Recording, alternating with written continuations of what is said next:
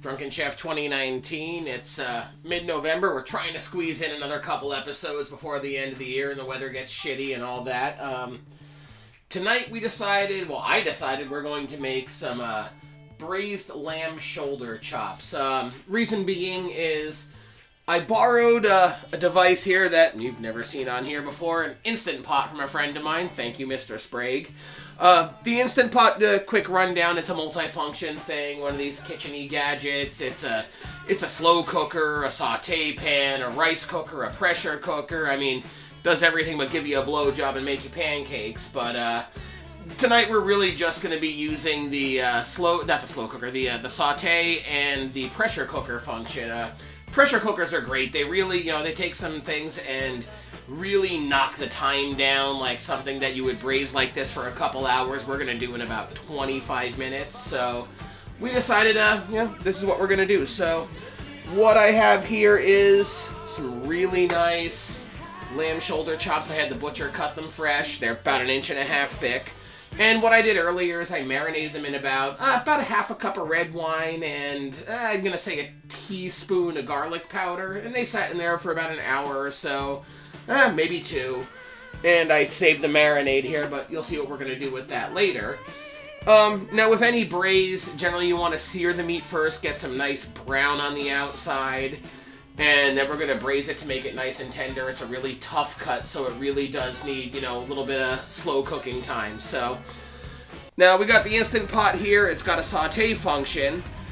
What I'm going to do is I'm going to turn it on and get the thing hot, and we're going to sear it on both sides for about 3 minutes or so, each side.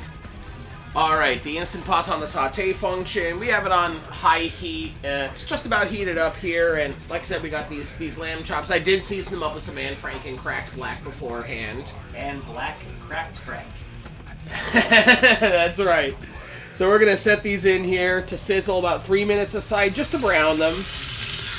Oh, you hear that? That's fucking great sounding.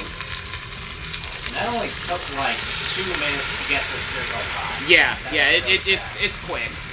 It's definitely very quick. So we're gonna let these sear for about 3 minutes, flip them over, and sear the other side for a couple of minutes. Sear, flip. Alright, these have been sauteing for about 3 minutes or so. I'm gonna dig in here and flip these. Of course, I stick my hands in everything. I don't feel heat. Dig and flip, dig and flip. Oh, those look nice.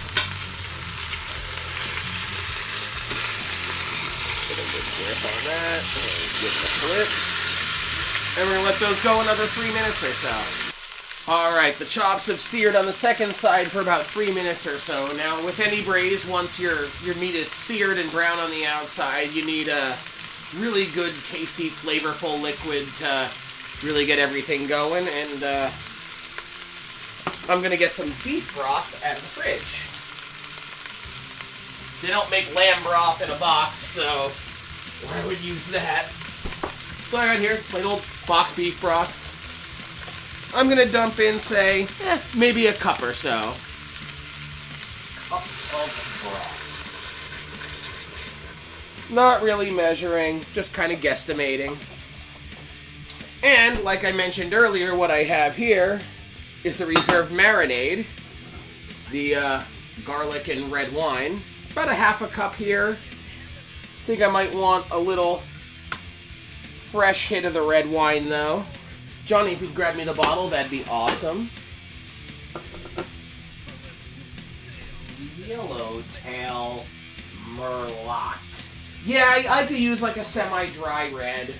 Yellowtail Merlot is pretty good, and like I've always said, drink with a wine you can... Yeah, drink with a wine. Cook with a wine you can drink. Don't cook with just complete garbage. So give it maybe another half cup. And can we drink it? Yes, we can. Drink the wine. Off to you, Johnny. Cork. Cork it up. And there you go, my friend. Corky. So, now we're going to add some extra flavor in here. Going to add a little more cracked black.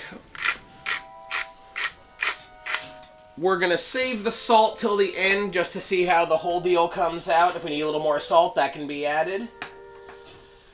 And of course, we got the thyme. Thyme is great with red meats, especially lamb and beef. Just maybe, I'm going to say a half a teaspoon or so of dried thyme. And lamb loves rosemary. Do another maybe half a teaspoon or so of that. And I'm going to get myself Whop Nuggets. That's right, Lenny. Whop Nuggets. I'm going to go right in a couple of cloves worth. Now we're just going to clamp on the lid of the Instant Pot here. There we go. Now that's a great sound. Wait.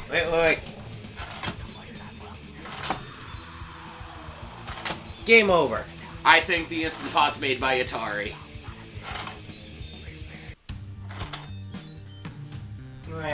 Alright. Now, we set it to how the manufacturer said. I'm going to set this for 25 minutes. It's going to be about 30 minutes or so. It takes 5 or 6 minutes for it to come up to full pressure. So I'm going to set to about 25 minutes or so. And we will see you in just a little bit. Alright, while the Instant Pot pressure cooker's heating up here, talk a little bit about this dish. You don't have to do it in a pressure cooker. You can do it in the oven, in a crock pot. Same method. You just sear the meat, and if you're doing a crock pot, just take the seared meat in your liquid, throw it in there, turn it on high, maybe 3 hours, it'll be awesome.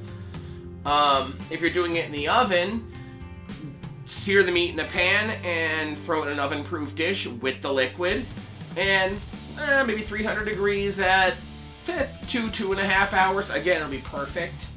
So you don't have to have a pressure cooker to make dishes like this. The pressure cooker really just cuts down the time. And on the same token, if you have an old school stovetop pressure cooker, the same thing. Just do it like we did here. You turn it on, saute it right in the pressure cooker, dump the thing in, clamp on the lid, follow the manufacturer's instructions. And once it comes up to full pressure, 25 minutes, you're good.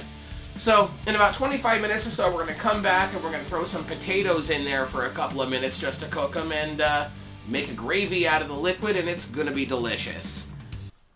Alright, the Instant Pot's beeping. It's been 25 minutes. So what we're gonna do now is we're gonna end up putting the potatoes in. But right now, this thing is pretty much a bomb. You can't just take the lid off. You need to release the pressure.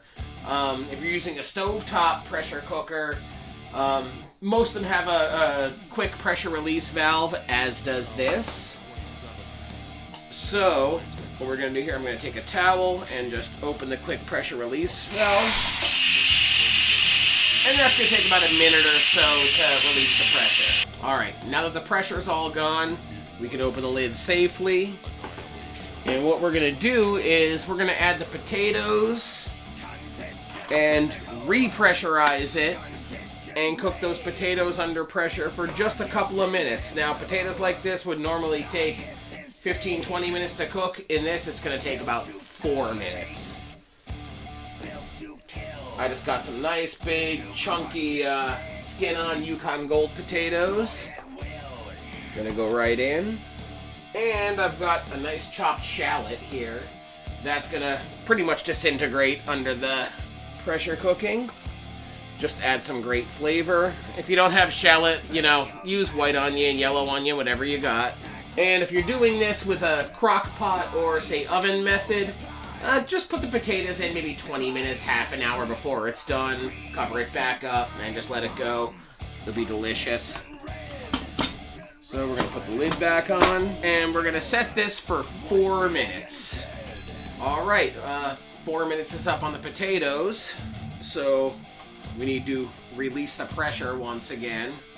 Now, when you release the pressure, always remember to put your face directly over the valve release. Yes, yes. I mean, it's a sauna.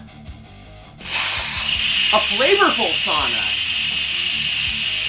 All right, minute or so later, pressure's out.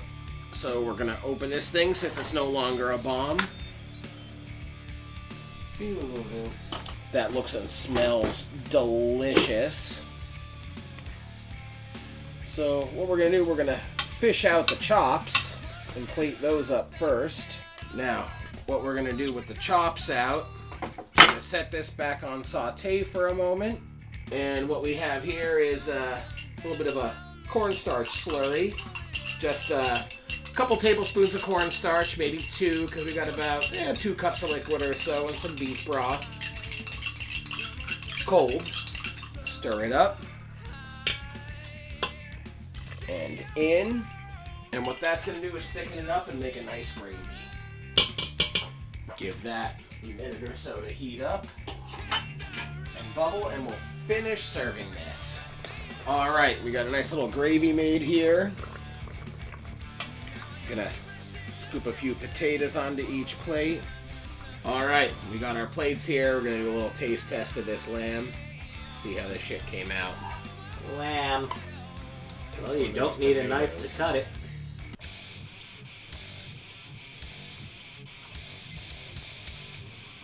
That's really nifty. Mmm. No, and that lamb falls right apart. Yeah, it's good stuff. It's like lamb pot roast. Lamb roast. All right, listen, Drunken Chef. If Johnny and I can do this in the condition that we're in, imagine what you can do sober. Try out a pressure cooker. It's a fun toy. And listen, put the fucking cell phones down. We got Thanksgiving and Christmas and all that coming up. Just enjoy time with friends and family. It's become a lot more important to me after the last couple of days. You know, I've seen a lot of loss, so it's been a messed up time. So really, just enjoy the people that are around you and don't just stare at a fucking screen. Drunken Chef out.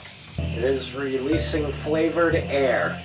It really is releasing flavored air. Like opening a bag of popcorn at your face. Now when that pressure's all done, if you're quiet, you'll hear the piston drop.